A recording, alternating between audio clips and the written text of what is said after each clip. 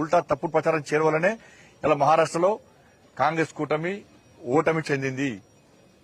నరేంద్ర మోడీ గారు ఈ దేశాన్ని అభివృద్ధి చేస్తున్న తీరు, గతంలో మహారాష్ట్రను అభివృద్ధి చేసిన తీరు, మహారాష్ట్రలో నరేంద్ర మోడీ ప్రభుత్వం సంక్షేమ ఫలాలు అందించిన తీరు, మోడీ గారి నాయకత్వం ప్రత్యేక విశ్వాసం, నమ్మకం, మోడీ గారి యొక్క అభివృద్ధి మంత్రం ని ప్రజలు నమ్మిరు కాబట్టే ఈ ఫలితాలు వచ్చినాయి. నిజంగా మహారాష్ట్ర ప్రజలకందరూ కూడా heirs of.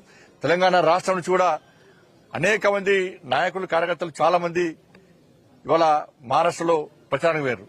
Congress party Karnataka ఎమ్మెల్యేలు, ఇక్కడ ఎమ్మెల్యేలు బూత్కొక్కన్నారు, కానీ ఎమ్మెల్యేల ప్రచారం పనిచేయలే.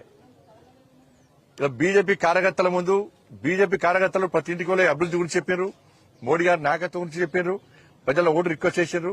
కానీ కాంగ్రెస్ పార్టీ అబద్దాలు ప్రచారం చేసింది కాబట్టి వాళ్ళకు వాళ్ళ అడ్రస్ గల్లంతైంది.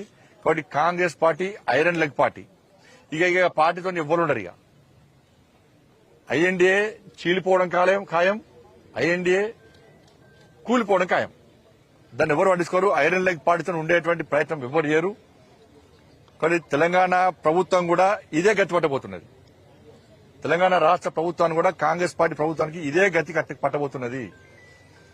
మీరు హామీలు ఇచ్చి ఇలా ఏ ఒక్క హామీని నెరవేర్చే ప్రయత్నం చేయలే.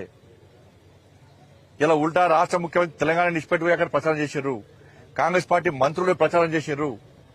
2,500 రూపాయలు ఎంతమంది మహిళలకు ఇచ్చారో మహారాష్ట్రలో చెప్పలేకపోయారు. మేము పోయి చెప్పినాం. కాంగ్రెస్ పార్టీ మోసాలని కూడా చెప్పినాం. మేము పోయి కిషన్ రెడ్డి గారు వేరు, నేను వేనా, ఇంకా చాలా మంది నాయకులు పోయి వాస్తవ విషయాలు చెప్పినాం. తెలుగు వాళ్ళందరినీ కలిసాం, తెలుగు వాళ్ళందరికీ కూడా విషయాలు చెప్పినాం. వాళ్ళు వాస్తవ విషయాలు గ్రహించారు. కాబట్టి కాంగ్రెస్ పార్టీ తెలంగాణ రాష్ట్ర ప్రభుత్వం, తెలంగాణ రాష్ట్రంలో కాంగ్రెస్ పార్టీ ప్రభుత్వం మీరు ఇచ్చిన హామీలు నెరవేర్చారా?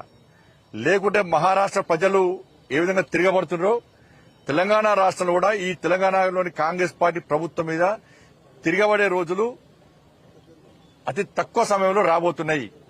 2,500 రూపాయలు ఎంతమంది మహిళలకు ఇచ్చారు, ఎంతమందికి తులం బంగారం ఇచ్చారు, ఎంతమంది స్కూటీలు ఇచ్చారు? వ్యవసాయ శాఖ మంత్రి చెప్పినట్లుగా ఇంకా 22 లక్షల మందికి ఎప్పుడు రుణమాఫీ చేస్తారు? రైతు భరోసా ఎప్పుడు ఇస్తారు? రైతు కూలీలకు 12,000 రూపాయలు ఎప్పుడు ఇస్తారు? 500 రూపాయల బోనస్ ఇంకా ఎప్పుడు అకౌంట్లు వేస్తారు? కొనుగోలు విషయంలో రైతులను వంచినందుకు క్షమాపణలు ఎప్పుడు చెప్తారు? 2 లక్షల ఉద్యోగాలను వెంటనే భర్తీ చేస్తున్నారు, ఎప్పుడు భర్తీ చేస్తారు? ఇచ్చింది 30,000 ఉద్యోగాల నోటిఫికేషన్ అయితే 50,000 ఉద్యోగాలు ఇస్తామని చెప్తున్నారు. మహారాష్ట్రలో చెప్పారు. ఇక్కడ తెలంగాణ పైసలు మొత్తం తీసుకుపోయి మహారాష్ట్రలో యాడ్స్ ఇచ్చారు. తెలంగాణ రాష్ట్ర ముఖ్యమంత్రి తెలంగాణ